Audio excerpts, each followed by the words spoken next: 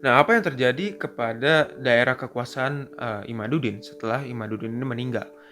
Jadi, Imaduddin ini punya 3 orang putra, yang mana si sulung bernama Saifuddin dan juga, adik pertamanya yaitu putra kedua dari Imaduddin ini, mewarisi seluruh bagian timur daerah kekuasaan si Imaduddin yang berpusat di Mosul, dan putra terakhirnya bernama, Nuruddin Zanggi. Dia ini mewarisi seluruh bagian barat yang mana ini berpusat di kota Aleppo. Nah, gue akan fokus ke pembahasan dari Nuruddin Zanggi karena ya memang Nuruddin Zanggi ini adalah bintangnya gitu. Dari 3 orang putranya Imaduddin Zanggi, Nuruddin lah seorang bintangnya. Berbeda dari bapaknya, Nuruddin ini tidak punya sikap-sikap ya sifat-sifat kasar bapaknya. Dia ini merupakan orang yang lemah lembut ya, pintar lemah lembut ya.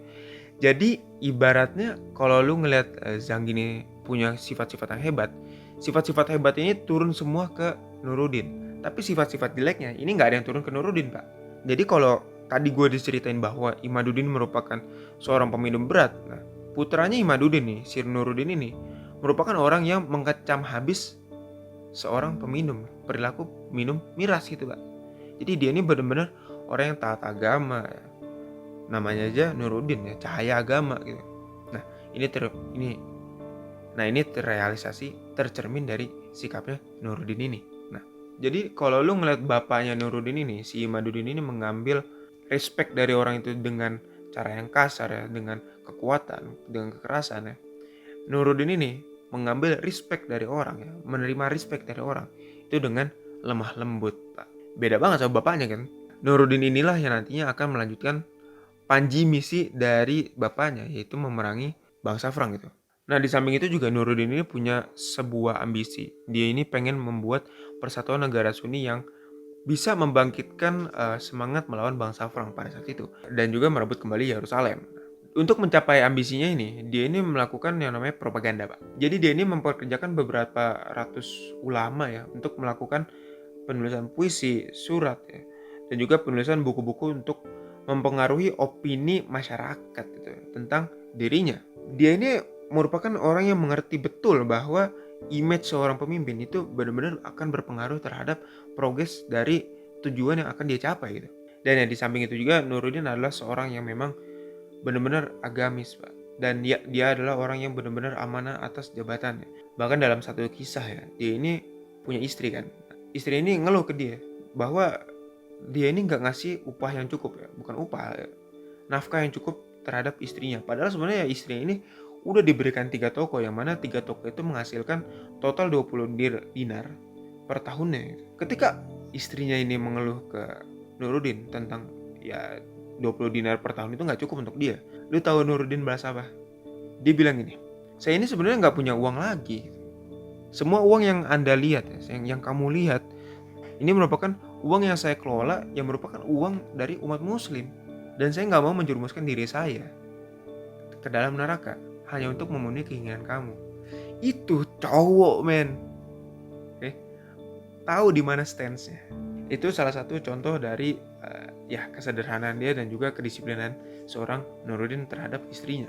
Suatu contoh kesederhanaan lainnya yaitu adalah ketika dia memerlukan untuk membeli pakaian baru, dia itu prefer untuk membeli pakaiannya sendiri ketimbang menyuruh pelayannya.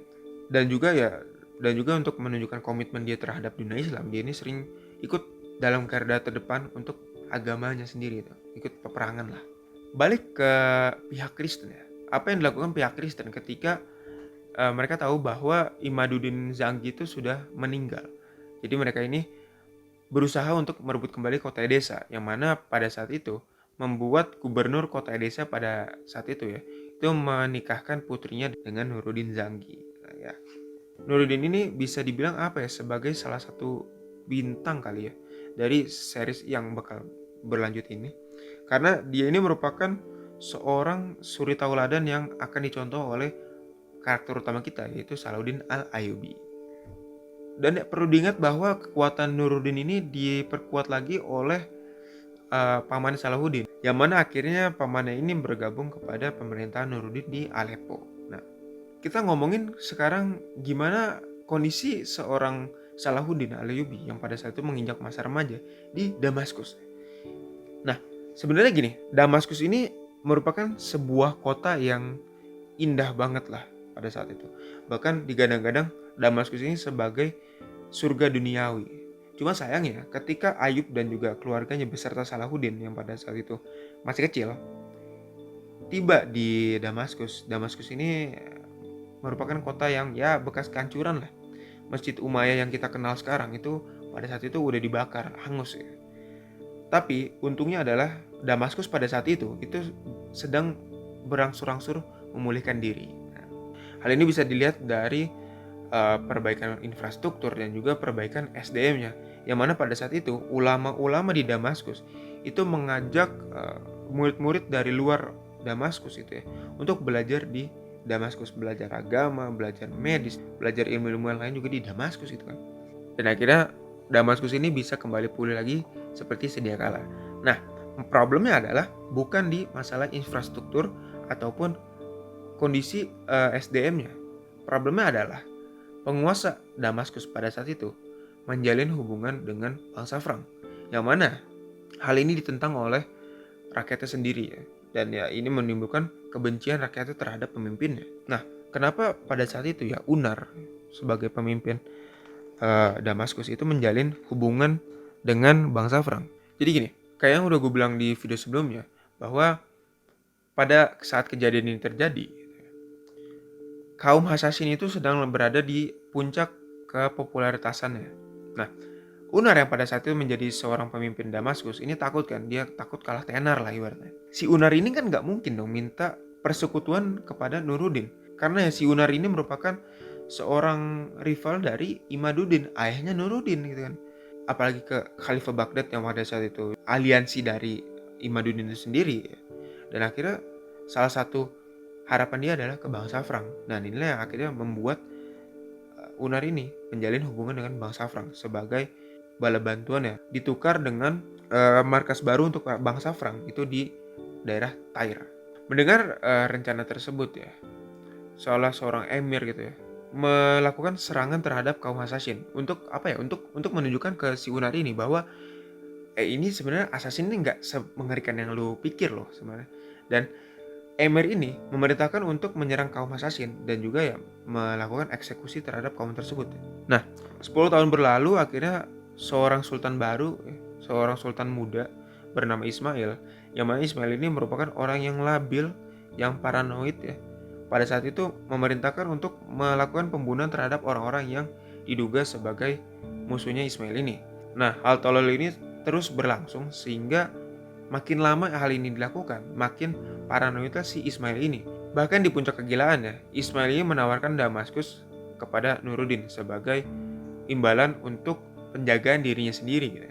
Nah, hal ini tentunya mendapat tentangan dari petinggi-petinggi Damaskus pada saat itu. Salah satunya adalah ibunda Ismail sendiri, namanya Zumurud. Yang membuat Zumurud akhirnya memerintahkan untuk anaknya ini, si Ismail ini, untuk dieksekusi dan memberikan tahtanya Ismail ini kepada anaknya yang lain. Yang mana anak yang lain ini juga dikabarkan meninggal karena dibunuh dengan alasan yang nggak dituliskan di buku ini.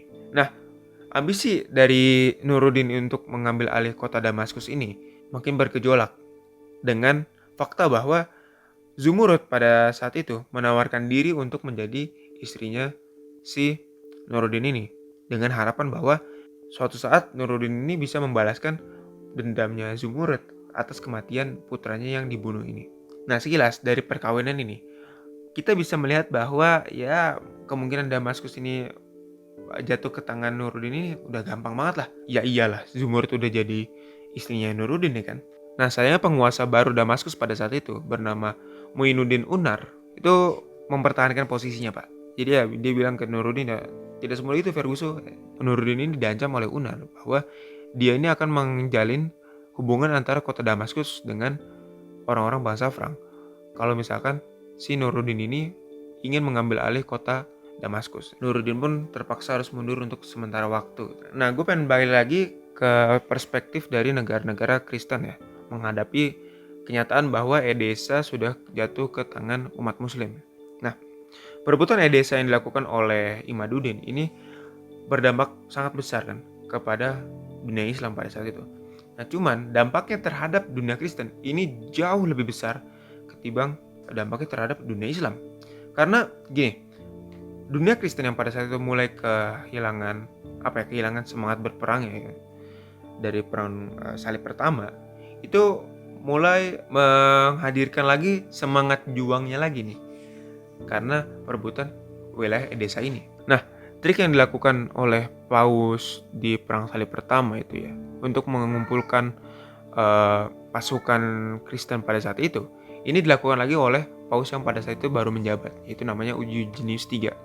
Nah, Eugenius ini memberikan sebuah pengampunan dosa kepada siapapun yang ikut dalam pasukan Kristen pada saat itu, dan juga memberikan jaminan bahwa orang-orang yang mati dalam peperangan di pasukan tersebut memiliki kematian yang baik, dan juga ya mereka akan masuk ke dalam surga. Nah, pasukan Kristen pada saat itu berkumpul lagi untuk membentuk sebuah aliansi pasukan, yang dimana aliansi pasukan ini dipimpin oleh seorang kaisar Jerman bernama Konrad III, dan juga kaisar Prancis bernama Louis VII, dan juga kawannya yang bernama Bernard. Nah, Bernard ini merupakan seorang orator ulung ya, yang dia ini punya public speaking yang bagus lah.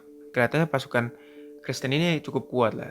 Nah, sueknya adalah pasukan Kristen ini banyak sialnya pada saat itu. Pasukan Jerman yang dipimpin oleh Konrad III ya, itu ketika mereka mendekati Konstantinopel untuk bertemu dengan Kaisar Bizantium, di mana Konstantinopel ini merupakan checkpoint untuk pasukan-pasukan Kristen itu mau berkumpul untuk menuju ke Yerusalem. Mereka ini dengan ceroboh membuat sebuah perkemahan di antara dua palung sungai yang pada saat itu secara tiba-tiba banjir, Pak. Dan akhirnya sebagian besar dari mereka ada yang tenggelam, ada juga yang hanyut gitu. Dan juga berbekalan mereka sebagian besarnya hanyut. Nah, ini merupakan salah satu pukulan yang ya cukup mematikan lah untuk pasukan yang dipimpin oleh Konrad III, pasukan Jerman. Sesampainya mereka di Konstantinopel itu ya, mereka udah dekat Konstantinopel, mereka ini udah bukan kelihatan kayak pasukan lagi, Pak. Udah kelihatan kayak gembel gitu. Karena makan udah dikit gitu ya kan, makanan udah pada hanyut gitu. Jumlah juga udah tinggal dikit gitu, yang persediaan ya udah pada entah kemana gitu. Jadi ya mereka ini kelelahan lah. Prancis juga sedang menuju ke Konstantinopel. Tapi masalahnya adalah ketika Prancis dan juga Jerman ini sudah tinggal deket lagi sama Konstantinopel gitu ya, ada armada dari Sisilia, dari arah laut gitu ya, itu melakukan serangan terhadap Konstantinopel. Yang mana ini membuat dua kaisar ini, Konrad dan juga Louis ini berpikir panjang gitu. Ini pasukan mau bawa kemana gitu. Sebagian ada yang pergi lewat jalur pantai, ada juga yang lewat jalur darat gitu. Ada juga yang lewat jalur laut gitu. Sialnya adalah pasukan Konrad nih, ini sebagian besar berserta Konradnya juga ya, itu melarikan diri ke dalam pedalaman.